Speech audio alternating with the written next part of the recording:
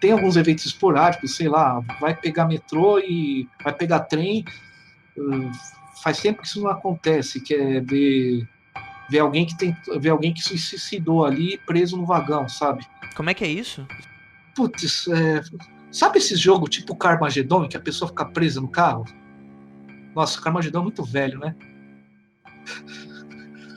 Qualquer jogo assim, GTA, qualquer jogo assim, às vezes eu tô no trem e eu vejo uma pessoa presa na parte de fora do vagão. Principalmente quando eu tô no vagão mais da frente ou no final. Por isso que eu prefiro pegar os do meio também. Cara, ela tá consciente, sentindo a dor do vagão em cima dela e ela presa no vagão e ele andando. É uma coisa terrível, assim, de ver. Muito, muito triste, assim.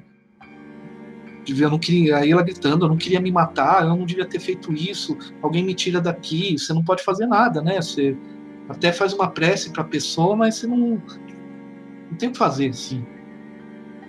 Você faz uma prece que ela possa ficar melhor e tal, né?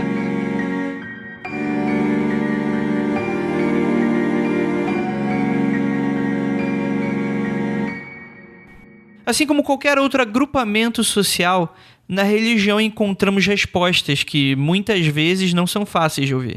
Mas nem sempre funciona da maneira como esperamos. Enquanto para uns pode ser um unguento necessário, para outros pode ser o sal da terra, que irá frustrar a maneira como enxergamos o mundo e como podemos nos portar diante dele. Olha, eu vou tentar ir em tal casa espírita lá. Tem duas opções. Se eu chegar na porta, alguém olhar torto para mim, reclamar da minha roupa, do meu cabelo, ou olhar torto, eu tô com dinheiro no bolso, eu tinha que pagar conta, mas aquele dia eu não fui pagar de propósito. Eu dei meio que um ultimato pro universo, sabe? Se eu me sentir acolhido no local eu fico. Se eu não me sentir, eu vou fazer toda a merda que eu nunca fiz durante a adolescência hoje. Aí eu fui para lá, né? Peguei a fila, me acolheram bem na orientação. Eu chorei pra caramba no dia. Depois que eu tomei um passe, foi a primeira vez que eu consegui dormir mesmo nos últimos, sei lá, uns 5 anos assim que eu não dormia, que eu não conseguia efetivamente deitar e dormir, né? Aí dormi sem ouvir nada, sem sentir nada, só dormi. Aí que eu fiz esse tratamento por um tempo e depois eu comecei a trabalhar no local. Comecei a participar das atividades e tudo mais. Mas mesmo assim, cara, passou um tempo depois, aí eu falei, não, tem que também perder meu preconceito contra médicos, né? Porque, assim, por mais que eu me sinta bem dentro da casa espírita, quando eu dou vazão a esses fenômenos lá dentro da casa espírita, eu fico equilibrado depois, eu acho que também vale a pena ouvir uma opinião médica sobre tudo isso. E até de algumas questões internas que eu tinha, essas questões com meus pais, né, questões pessoais que eles têm. Aí eu juntei uma grana e fiz um tempo de terapia com uma psicóloga, tudo. Porque eu falei, cara, eu posso cair num radicalismo perigoso, né? Porque às vezes você não tá bem, a casa religiosa te acolhe e, tipo, você fica um pouco ligado emocionalmente ao local. Por isso falei, cara, isso pode não fazer bem para mim com o tempo. Então, eu preciso também ouvir uma outra opinião sobre o assunto, pedir uma outra forma de ajuda para mim não virar um radical também. Como é que foi essa época de dualidade? Como é que funcionou isso para você? Olha, a psicóloga ela foi muito clara comigo. Ela até trabalhava é, com a hipótese de alguns fenômenos mediúnicos serem reais, tal, né? Trabalhava com essa hipótese, trabalha, né, com essa hipótese, mas ela falou para mim, olha, à primeira vista, o que você está relatando, a gente tem que levar em conta que talvez você tenha algum tipo de mediunidade, mas pode ser um problema de saúde mental. A questão, ela falou, independente se os fenômenos são reais ou não, a questão é se você está bem com eles e está bem com a sua vida. Se for necessário, eu vou te indicar um psiquiatra. Se o tratamento só psicológico, as coisas vão se resolverem, tudo. E a coisa foi indo. Na verdade, foi muito bom, porque tinha algumas, principalmente essas questões internas em relação à paz, separação, sexualidade, coisas assim que eu não estava bem resolvido. essa parte ajudou bastante, me ajudou a trabalhar um certo ceticismo também. Afinal, nem todos os problemas que você tem são derivados de fenômeno mediúnico, né? Fenômeno sensitivo e por aí vai. Tem coisas que é só problema mesmo, problema do dia a dia. A conclusão que as minhas questões eram ligados a uma certa sublimação que eu fiz da sexualidade e algumas questões com meus pais. Quando resolveu essas questões, eu fiquei em mais equilíbrio. Continuei a atividade na casa espírita, né? Até falou, é importante, independente da gente chegar à conclusão que os fenômenos são reais ou não, você ter um local para dar conta disso, para saber que aquele local você vivencia. E no dia a dia, no seu trabalho, tudo mais, você evita esse tipo de situação. Não que às vezes não ocorra de eu ver alguma coisa e tudo, mas, por exemplo, incorporação, psicografia, essas coisas só em casa espírita mesmo que eu faço. Fora não rola, não. Algumas vezes atrapalhou. Tinha uma vez que eu estava dando aula professor de música, né? Aí eu estava dando aula e de repente eu vejo alguém entrando pela parede. Aí eu, caramba, né? O que eu faço agora, né? E aí eu só vi, não, cara, tá legal, quero ouvir aí. Aí eu fingi que não tava lá e fiquei dando aula normalmente. Aí depois fui embora. Ela ficou ali assistindo a aula? Era uma pessoa, assim, de boa, calça jeans, meio rasgado, camisa preta, meio metaleiro, assim, saca? Depois eu soube que o filho da dona da escola tinha se suicidado lá dentro. Ele era guitarrista e tal.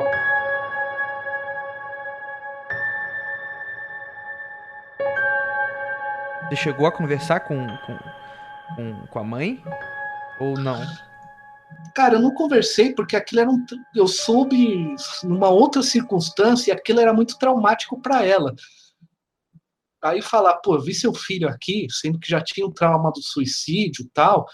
Aí eu só eu só descobri o nome dele e levei para oração, tudo, né?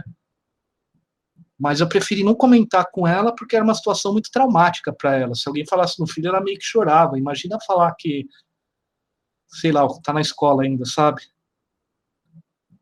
Depois eu acabei vendo em outras situações ele ser recolhido, assim, mas estava por lá. Como assim? Recolhido você fala como? Não, eu levei o nome dele numa atividade que chama Trabalhos de Obsessão. Aí eu vi o mentor indo buscar ele, uma equipe espiritual indo buscar ele na escola e levando ele para um outro lugar, para ele continuar a, o caminho dele no mundo espiritual mesmo, sair daquele ambiente que ele estava muito ligado ali. Então, no caso, você viu outras espíritos mesmo, né? Fazendo um trabalho de Isso, encaminhamento?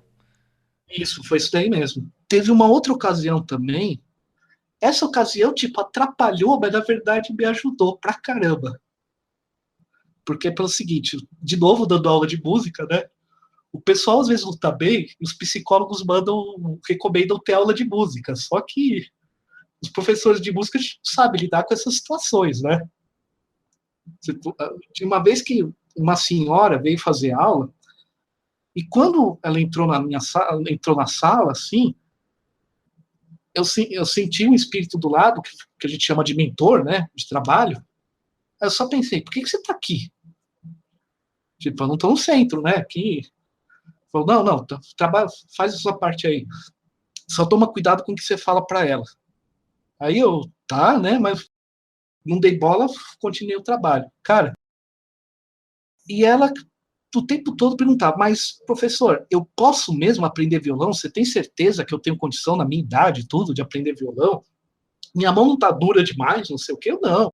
Cada um tem uma velocidade. Ela, né, mas eu não sou mais. Não, mas adolescente, criança tem cabeça livre, não paga conta, né? Aí é fácil de aprender. E fui nessa conversa, né? Cara, sabe o que ela vira para mim no final da aula? Ah, professor, que bom. Porque assim, semana passada eu tentei me matar.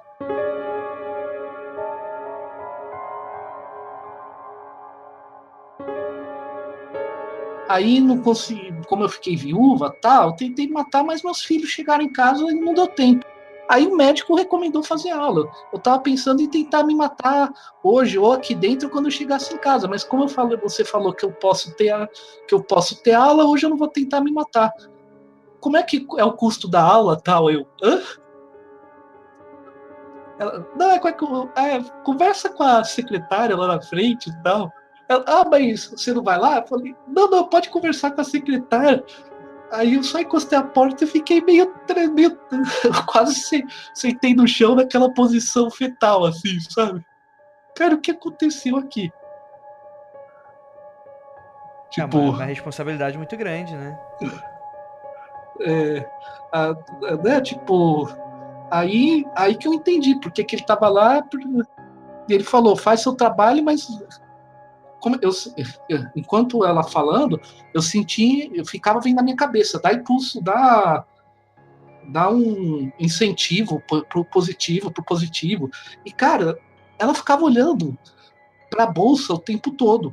Eu não entendia por que ela tava fazendo isso. Quando ela falou, eu falei, cara, será que ela tá com uma arma, com uma faca na bolsa e ia querer se matar no banheiro aqui na escola? Porque ela falou, talvez matar aqui em casa. Aí, aí fez uns 2 meses de aula comigo. Assim, Mas tá depois. tudo certo, né? Na verdade, ela arrumou a fazer aula de dança, achou os velhinhos ali e tal, aí já resolveu o problema. Que ótimo, né, cara? Que ótimo. Excelente. Isso que ela contou pelo telefone. Vou parar de fazer aula, que tô fazendo aula de dança, tem uns senhores interessantes lá. Não, então vai dançar, vai dançar. Vai lá, Sim. minha.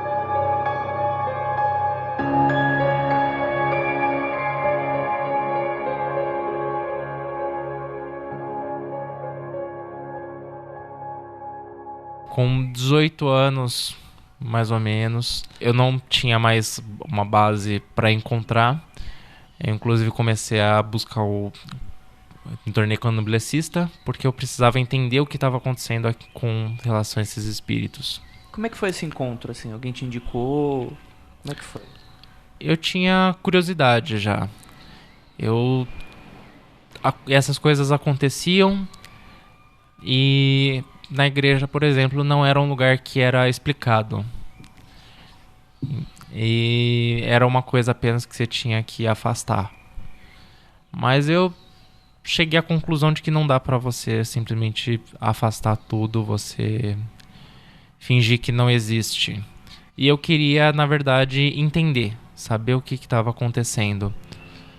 E uma amiga minha já frequentava, e eu decidi ir junto com ela em uma festa e continuei indo até hoje. Foi uma festa muito boa, então. Sim. E com isso eu comecei a ter essa compreensão um pouco melhor e a partir daí entender como funcionam essas energias. Nem sempre é uma alma que está passando, às vezes a energia de uma pessoa que ainda viva pode marcar um ambiente, você pode sentir. E eu aprendi a lidar um pouco melhor com isso. Quando você tem uma facilidade para sentir a energia de uma pessoa, tendo essa aceitação, esse entendimento melhor que eu tive, os sonhos começaram a se tornar, no que me parece, mais até nítidos. Um exemplo que foi muito nítido na época isso não tem nem 2 anos. Eu tava brigado com o meu namorado e ele falou que ia sair. Ele ia pra algum lugar e não quis me falar onde. Naquela noite, eu sonhei que eu estava em um lugar aberto com muita gente. Alguém tinha pego meu celular, roubou meu celular e de repente aconteceu uma briga enorme e eu comecei a bater nessa pessoa, e outras pessoas apareceram e se tornou uma confusão. Eu acordei, fiquei na dúvida e a primeira pessoa que me veio à cabeça foi ele. A gente tava brigado, eu não contei, não sabia como falar. Deixei quieto. Aí eu só falei, tá bom, pode sair, mas toma cuidado. Eu fazendo meus afazeres em casa, normal. Em um certo momento eu parei e eu mandei uma mensagem de novo pra ele. Eu sei que você tá com o celular na mão, guarda ele agora. E toma cuidado. De noite eu não conseguia mais falar com ele. Eu mandei um áudio falando que eu tinha tido esse sonho, que era muito estranho. E que eu tava preocupado porque eu sentia que alguma coisa tinha acontecido. No dia seguinte ele conseguiu um jeito de falar comigo, que eu lembro foi pelo Facebook. Depois ele entrou e conseguiu falar comigo. Ele me disse que ele foi no Lollapalooza. Ele estava no meio do campo. De repente alguém roubou o celular dele e desapareceu. Pouco tempo depois encontraram essa pessoa. Ele e os amigos dele começaram a bater nesse cara. E foi uma briga generalizada. Mas ainda assim ele não recuperou o celular. Foi exatamente o meu sonho, só que eu estava lá no sonho. Era em primeira pessoa. Só que na verdade é como se eu estivesse vendo através dos olhos dele no futuro. E quando eu mandei a mensagem, guarda o celular, foi a última mensagem que ele recebeu, porque logo depois foi quando roubaram ele. E foi muito nítido o que aconteceu. No meu sonho ele foi muito preciso até no que aconteceu. A única coisa que teve diferente foi o fato de eu estar lá. Eu me vi lá, sendo que eu não estava. E isso continua, às vezes tem uma certa regularidade, mas não é sempre. A questão da sombra eu continuo vendo. Por ter começado a seguir o candomblé, minha mãe de santo orientou que pode ser um Exu, um espírito guardião que me segue. Por isso que em nenhum momento ele me agrediu. Ele foi violento. Mas eu provavelmente me sinto intimidado exatamente pela força que ele tenha. E ele se tornou realmente mais presencial.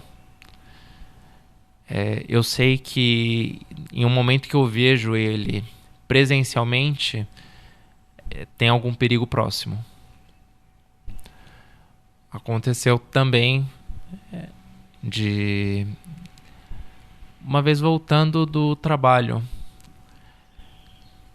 Eu estava caminhando, de repente eu vi essa mesma sombra no meio do caminho. E eu senti uma vontade de sair correndo. Eu sabia que alguma coisa estava errada. É como se fosse um alerta falando para eu sair dali. Eu desacreditei. Eu falei, não, vou conseguir, não deve ser nada. E segui o mesmo caminho que eu estava. Logo na frente também apareceram 5 caras. Eles não só me assaltaram, como me bateram no meio da rua. Desde então, eu aprendi a respeitar melhor esses avisos. Posso, às vezes, parecer um louco na rua, porque se eu vejo, eu tenho essa sensação de correr, eu corro. Realmente, eu corro. Até que, de repente, eu sinta a sensação de que ali é seguro. Essa sensação é como se naquele momento que eu visse aquela sombra aparecendo, como se alguém me pegasse pelo braço e me saísse me puxando. Quando eu tenho essa sensação, eu saio correndo para onde estiver me puxando. Já fiz vários caminhos diferentes na cidade exatamente por é o mesmo caminho que eu faço, mas eu desvio daquele caminho porque alguma coisa está errada. E nesses casos acontecia muito de me contarem que teve um arrastão naquele lugar. Aconteceu um acidente naquele lugar. E ser exatamente aquele lugar que eu evitei, que eu saí correndo. A trilha nunca é fácil de ser completada, e muitas vezes nos vemos sozinhos até o fim da jornada. Por isso conseguimos ao menos ficar satisfeitos e de certa forma aliviados, com histórias de pessoas que encontraram seu lugar no mundo. Até lembrando esse sonho que eu falei, porque no sonho, quando eu vi essa cabra, bode, o que era, eu dei 2 passos para trás e eu senti alguma coisa nas costas e rosnou. E já tem um tempo que eu vejo a mesma sombra, só que ela parece, eu digo a mesma sombra porque é a mesma sensação que eu tenho em forma de cachorro. Eu tenho um gato em casa. Eu vejo de vez em quando um cachorro enorme que eu vejo de repente passando no meu quarto, indo para a porta, indo embora. Eu travo, por mais que eu tenha, hoje em dia eu tenha uma explicação, eu consiga entender melhor, ainda é uma presença forte. Então não é, você não se acostuma direito a ver de repente é um cachorro sombra, eu diria. É a mesma sensação que eu tenho. Mesmo momento que é um momento que eu fico completamente vulnerável. E eu acredito ser a mesma entidade, só que de uma forma animal. É um cachorro grande, todo preto, uma sombra e magro, que de repente passa pela casa, passa pela rua. E um cachorro que sobe no meio da rua também não é uma coisa que você vê sempre. E é uma presença que eu digo ser até a mesma entidade, porque já aconteceu de pessoas próximas que começaram a conviver comigo começarem a ter começaram a ver também essa mesma entidade sem que eu tivesse descrito para elas. Eu associo esse cachorro à mesma entidade já pelo meu sonho de pequeno, que eu ouvi rosnando atrás de mim. E hoje eu vejo, às vezes, na forma de cachorro. Já aconteceu de pessoas que têm convívio na minha casa, de repente, nossa, eu vi um cachorro passando. Como que era? Um cachorro todo preto, grande, só que bem magrinho. Parecia tem uma raça que eu até esqueci. Mas parecia de tal raça. Eu vi um cachorro passando na sua casa. Você não tem cachorro. Aí eu, tudo bem, é de casa. É de casa. Não vai dar nada. Acontecer essa manifestação de cachorro, no caso de um ex-namorado também, que eu morei com ele. Certa vez eu contei que eu era do candomblé, que eu via algumas coisas diferentes, tudo, mas não entendi muito detalhe. E ele não se interessou e ele debochou de mim ainda. E aí ele morreu no dia seguinte. Olha, que quase infartou. Porque não foi, acho que nem na mesma noite, foi no dia seguinte, uma coisa dessa, mais próximo. Ele, em sonho, ele disse que acorda no meio do sonho, a casa inteira tá muito escura E quando ele chega no quarto dele, ele me viu no chão, rosnando. Não sonhando, isso não era um sonho. Era um sonho, Tá. mas era real, realista, digamos assim. Uhum. Mas eu não tinha dado descrição da sombra que eu via. Eu não tinha contado de ter visto já como cachorro. Mas ele disse que nunca mais ele me zoou por nada. Porque ele falou que a sensação que ele tinha era de pânico. Era a mesma sensação que eu tenho de que ele era completamente frágil e que na forma que a entidade estava, era a minha forma, só que agindo como um cachorro. E ele tinha medo de ser despedaçado. Isso em sonho. Depois ele me contou, aí eu falei, bem feito. Bem feito, trouxa. Aí eu contei toda a história, contei tudo que tinha acontecido já comigo, como que eram sonhos. Nunca mais reclamou. Eu não diria que, assim, atrapalha. Se você não tem um convívio, não me conhece muito bem, tem gente que pode estranhar. Eu, por exemplo, tá falando com você no meio da rua, de repente eu dar aquela travada, eu parar no meio do nada e de repente voltar ao normal. Eu vi alguma coisa. Quem já me conhece um pouco melhor, alguma coisa dá certo. E geralmente dá certo as coisas que eu acabo conversando. Eu posso parecer... Você ser sensitivo, você sempre parece um louco na rua. Porque você conversa sozinho para as pessoas, né? Você tá falando sozinho. Você olha pro nada. Mas para mim se tornou uma coisa mais corriqueira, uma coisa mais comum. Eu tá na rua e eu saber que eu posso conversar. Às vezes eu vou ter uma resposta, às vezes eu não vou ter uma resposta muito clara. Eu posso ver algum sinal de alguma coisa. E por mais que pareça tudo estranho para pessoas que não têm essa sensibilidade, para mim ele se torna algo comum. Faz parte do meu cotidiano, faz parte do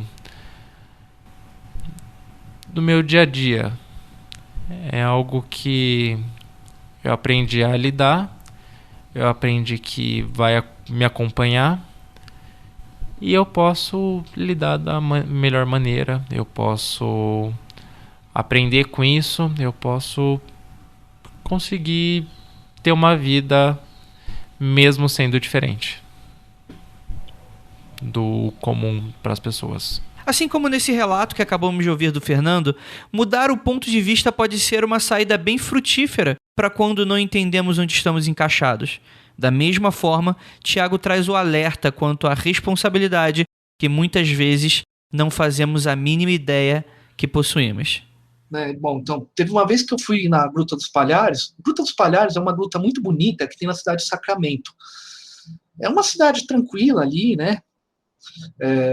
E perto de Uberaba.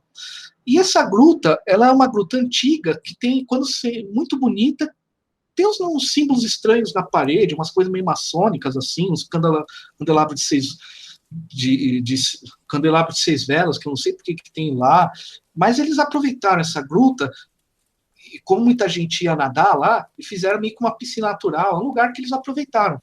Só que é uma gruta perigosa, porque assim, a água, você ainda não sabe a profundidade e a extensão, porque ela está ligado àqueles veios de águas subterrâneas de Minas Gerais. Então você não sabe nem a profundidade, nem a extensão. Existem muitos caminhos na caverna ali que você não estão catalogados, não foram explorados ainda, né? Uhum. Então eles fizeram isso daí tanto para ganhar uma grana em cima, a prefeitura, né? Como para evitar que o pessoal entrasse. Normalmente é de boa. Sempre me senti muito bem indo lá, é uma delícia, porque a piscina é água que vem direto da gruta, sabe? Como se tivesse uma cachoeirinha e tal. E num dia eu me senti muito esquisito ali dentro. Aí, de repente, quando eu olho, tem um sujeito, meio africano, assim, com umas marcas no corpo, vindo me bater. Aí quando tem quando tem esse fenômeno, eu sei diferenciar aquilo que, digamos, gosto de usar esse termo assim, aquilo que é real e aquilo que eu tô vendo, né? É diferente. Não chega a confundir, mas ele vindo para cima me bater, dar uma reação, porque, sei lá, se eu grito, se eu falo alguma coisa em voz alta, as pessoas ali vão achar que eu tô maluco, né? Aí você fica, ai meu Deus, o que eu faço?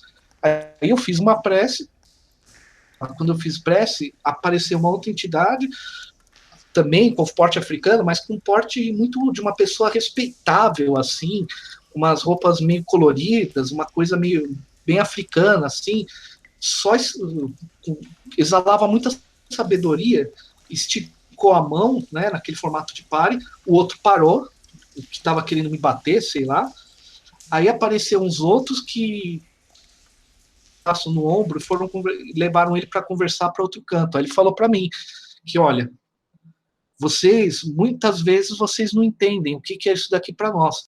Nós fomos escravizados na África, sofremos pra caramba, fomos acolhidos pelos orixás indígenas, dos índios daqui, fomos acolhidos por aquele que vocês chamam de Oxalá, mas o homem branco não.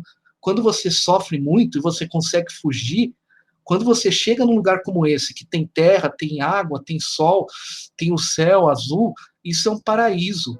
É como se por alguns instantes todo aquele sofrimento que você teve acabasse. E a gente morava aqui. Só que quando muitos de nós não conseguimos sair desse momento depois da gente morrer.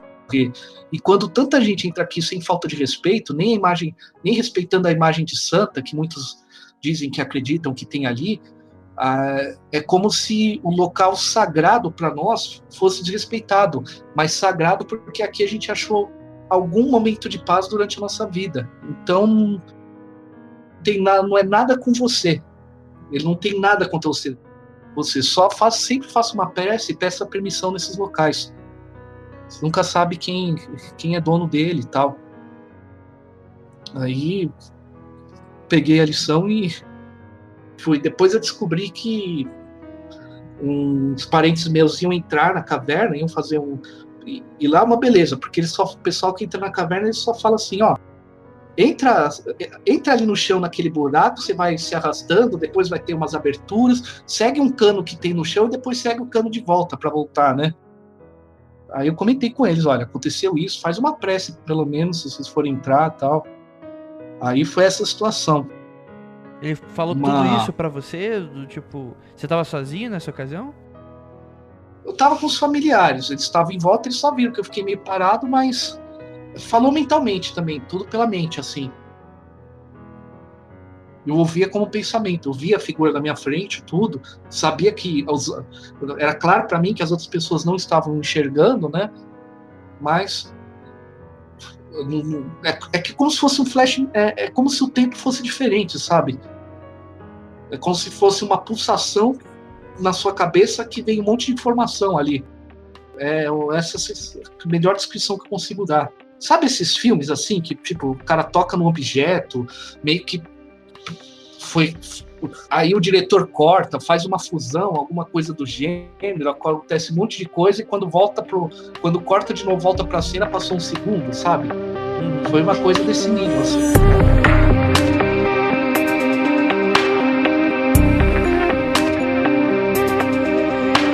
Esse é o Criptologia, feito por mim, Andrei Fernandes. É um projeto que só é possível graças à colaboração dos nossos apoiadores.